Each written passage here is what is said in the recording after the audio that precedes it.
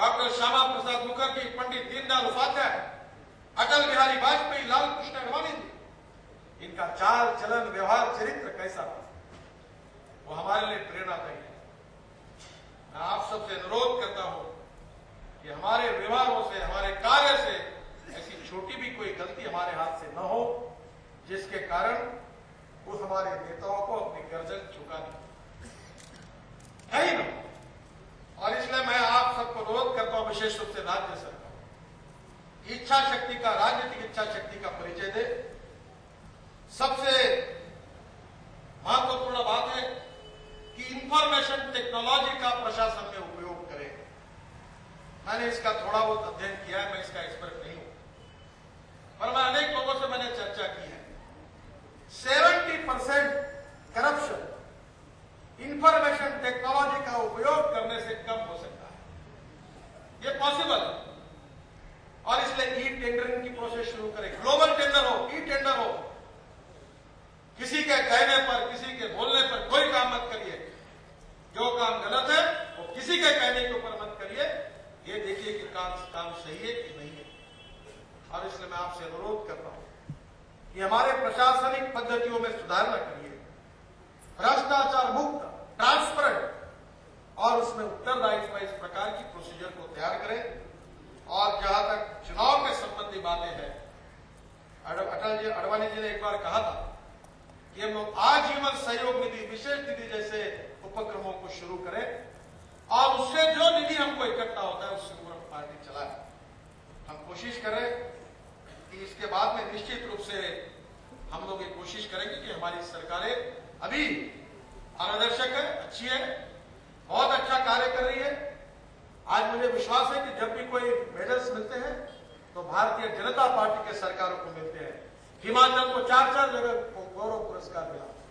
कभी हमारे गुजरात सरकार ने तो विकास में एक तो अपना एक लैंडमार्क कर दिया है। मुझे लगता है कि हमारे सभी सरकारें अच्छा कार्य कर रही है और इसके बारे में भी हम जरूर विचार करेंगे। यूपीए सरकार की आतंकवाद की जो स्थिति हमारे देश में, उसकी जो भूमिका है बहुत संशयास्पद है। यह मन में डाउट हमारे सबके मन में कि सही में इनके मन में आतंकवाद से लड़ने की इच्छा शक्ति है क्या नहीं है।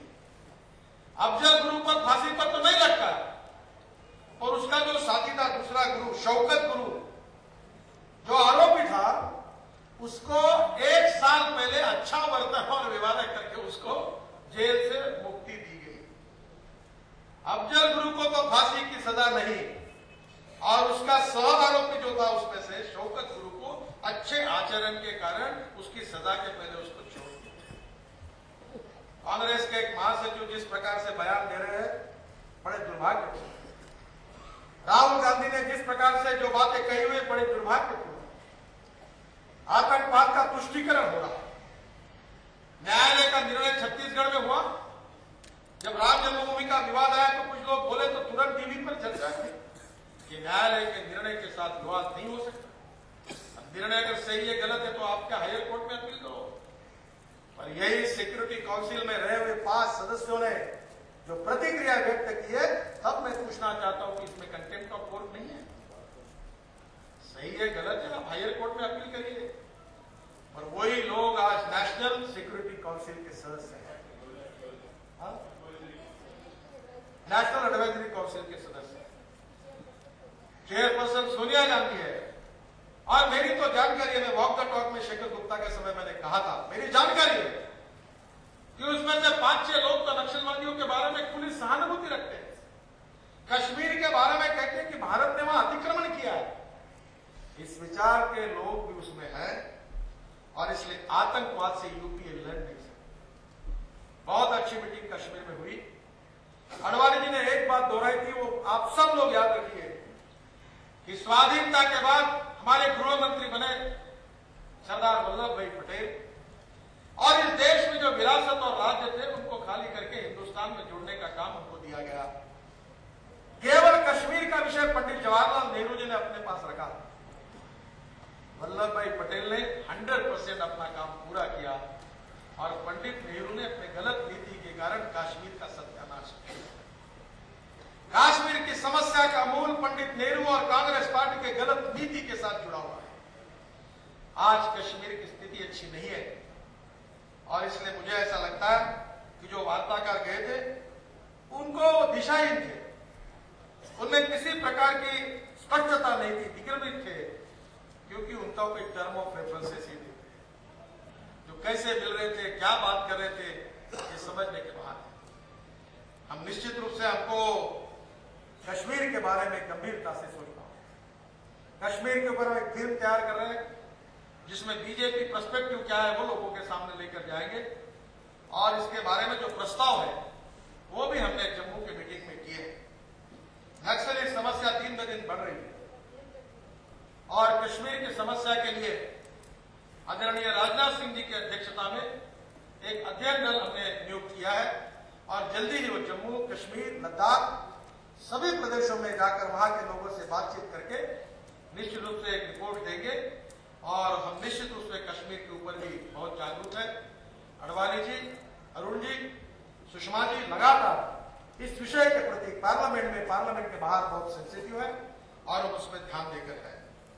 नक्सलियों की समस्याओं के बारे में कल मुझे परसों रात को नेपाल के उप प्रधानमंत्री ने जिस प्रकार की स्थितियां बिगड़ रही है, पशुपति से तिरुपति तक रेड कारपेट पूरा एक प्लान बहुत अच्छी तरह से तैयार हुआ है। अब मुझे आप एक बताइए कि क्या इन राज्यों में नक्सली समस्या जो ये सोशियो इकोनॉमिक प्रॉब्लम है? This is not a socio economic problem. ये प्रॉब्लम हिंदुस्तान की लोकतांत्रिक व्यवस्था को उध्वस्त करने का एक नियोजित षड्यंत्र है जिसको बाहर के अनेक लोगों का समर्थन है जो हिंदुस्तान को अस्थिर करना चाहते हैं और इसके ऊपर जो राजनीति हो रही वो दुर्भाग्यपूर्ण है। और एक बात है, इसकी चर्चा तो डिटेल में होती रहेगी, हिंदू आतंकवाद के नाम पर चर्चा हो रही है, अखबारों में, मीडिया पर बहुत चल रहा है। कांग्रेस पार्टी को पता चला कि उनका मुंह काला हुआ है, भ्रष्टाचार कर दिखाने लायक नहीं है और इसलिए देश के इस एजेंडा को वो बदलना चाहते हैं और इसलिए कभी आरएसएस के बारे में हो, कभी इंद्रेश जी के बारे में हो, सीबीआई का विषय। सीबीआई क्या है? ये कांग्रेस ब्यूरो ऑफ इन्वेस्टिगेशन है, यूपीए का सबसे ट्रस्टी अगर कोई पार्टनर है तो सीबीआई। जब भी ये यूपीए अड़चन में आती है तो सीबीआई दौड़ कर आती है। सीबीआई का मिसयूज करके दबाव के आधार पर झूठे बयान, उस प्रकार से उसका रिकॉर्ड तैयार करके राष्ट्रवादी ताकतों को बदनाम करने का षड्यंत्र कांग्रेस पार्टी ने रचा है। सोनिया जी और राहुल जी के आशीर्वाद से इसके बारे में बाहर बोलने का अधिकार दिग्विजय सिंह जी को प्राप्त हुआ है और लगातार हिंदू समाज के प्रति लगातार इस प्रकार के बयान दे रहे बड़े दुर्भाग्य। एमजे अकबर साहब कुछ दिन पहले मेरा भोजन के लिए आए थे, 3 बातें उन्होंने मुझे बताई। पहली बात बताई थी कि नितिन, हिंदुस्तान सेकुलर है, सेकुलर रहेगा और इसका सबसे बड़ा कारण अगर कोई है कि इस देश का बहुसंख्यक हिंदू समाज ये सहिष्णु है और ये सहिष्णु होने के कारण इस देश में सेकुलरिज्म सुरक्षित है और जिस दिन हिंदू बहुसंख्यक है उस दिन कोई चिंता का कारण नहीं है। मुझे लगता है कि आज देश में सेकुलरिज्म के नाम पर आतंकवाद का तुष्टीकरण वोट बैंक पॉलिटिक्स के लिए हो रहा है। क्रॉस बॉर्डर टेररिज्म जिसके बारे में हम चिंतित हैं, जिसके बारे में हमने पाकिस्तान पर आरोप किए हैं, केवल राजनीतिक स्वार्थ के लिए, वोट बैंक पॉलिटिक्स के लिए, उन केसेस में हिंदू संगठन और आतंकवादियों का नाम लाकर उसको किस प्रकार से पॉलिटिकली इस्तेमाल किया जाएगा, इसकी कॉन्स्पिरेसी, इसका एक षड्यंत्र कांग्रेस पार्टी लगातार बना रही है। मुझे लगता है कि आतंकवाद का कोई रंग नहीं, आतंकवादी होता है, criminal is a criminal, terrorist is a terrorist. और इसलिए ये जो गलत प्रचार शुरू है उसका प्रतिकार करके आने वाले समय में हमें ये बात ध्यान में रखनी चाहिए कि ये सब इसलिए शुरू है कि 2G स्पेक्ट्रम, बोफोर्स, कॉमनवेल्थ, आदर्श, इसके घोटालों के कारण जो कांग्रेस पार्टी के ऊपर जो काला लगा हुआ है, मुंह काला हुआ है, उसका एजेंडा बदलने के लिए और हमको चिढ़ाने के लिए, इस विषय को डाइवर्ट करने के लिए ये टैक्टिक्स कांग्रेस पार्टी ने की है। ये बात हम जरूर ध्यान में रखें। मैं आखिरी में एक बात आपको बताना चाहूंगा कि महंगाई के बारे में 18.38% इन्फ्लेशन रेट कल मैंने देखा था, आज कितना है मुझे पता नहीं। इन्फ्लेशन बढ़ रहा है, बार बार महंगाई कम करेंगे इसके आशुतोष चिदंबरम जी का जो बयान तो बड़ा हास्यास्पद है। कांग्रेस पार्टी ने हाथ ऊपर कर दिए कि महंगाई रोक नहीं सकते। एक तरफ हमारे बंगाल में आलू 2 रुपए किलो के भाव से रोड पर फेंक दिया था किसानों ने। आगरा के एरिया में आलू कोल्ड स्टोरेज नहीं है।